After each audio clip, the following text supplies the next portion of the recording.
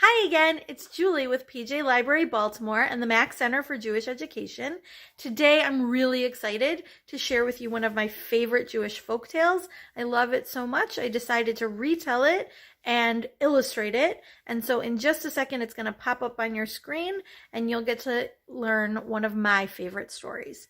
In the meantime, I wanted to make sure to remind you that PJ Library continues to send out free books to Jewish children all over the country and all over the world.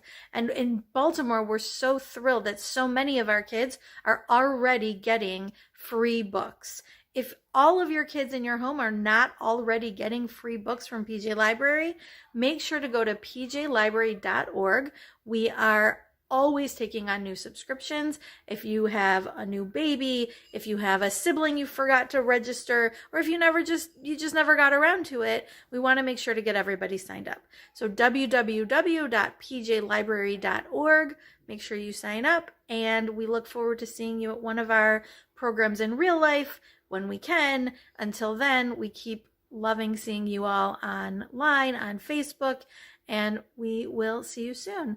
For now, check out this folktale that I wrote for you. Thanks so much, guys. Bye. It's All Mud to Me, a Jewish folktale retold and illustrated by Julie Wool.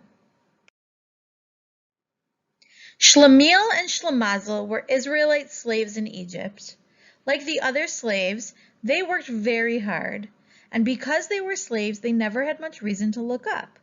They spent their whole lives looking at the ground. All they ever saw was dirt. That's the problem with being a slave. If you never look up, you never get to see miracles when they happen. Even so, when Moses led the Israelite people out of Egypt, most of them were very happy. Are you happy? Shlemiel asked Shlemazel.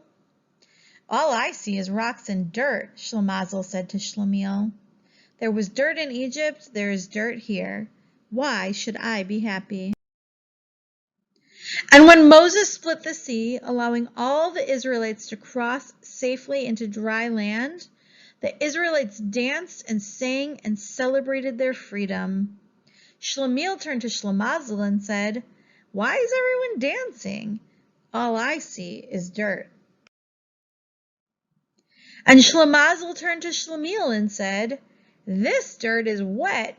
All I see is mud. There was mud in Egypt and there is mud here. Why should we be dancing?" And in the desert, the Israelites never went hungry, for miraculous foodstuff fell from the sky. It was called manna, and it tasted like whatever you wanted it to. "Tastes like chicken," Shlemazel said to Shlemiel.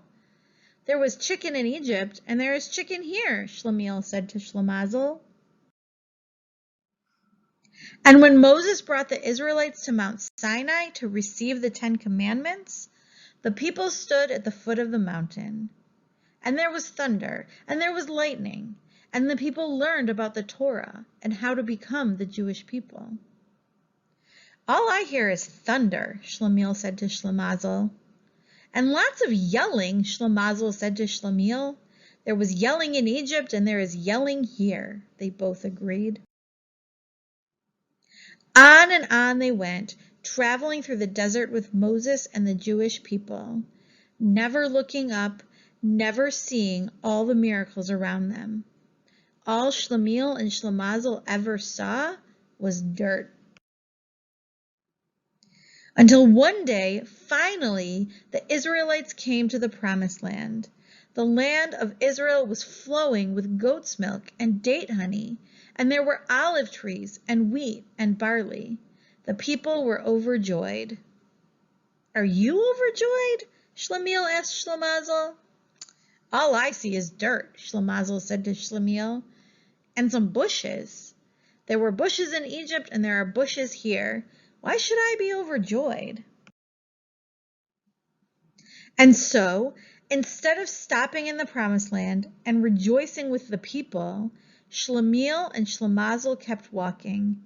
On and on they went, never appreciating the miracles around them. And they kept walking to this very day. Maybe you've seen them.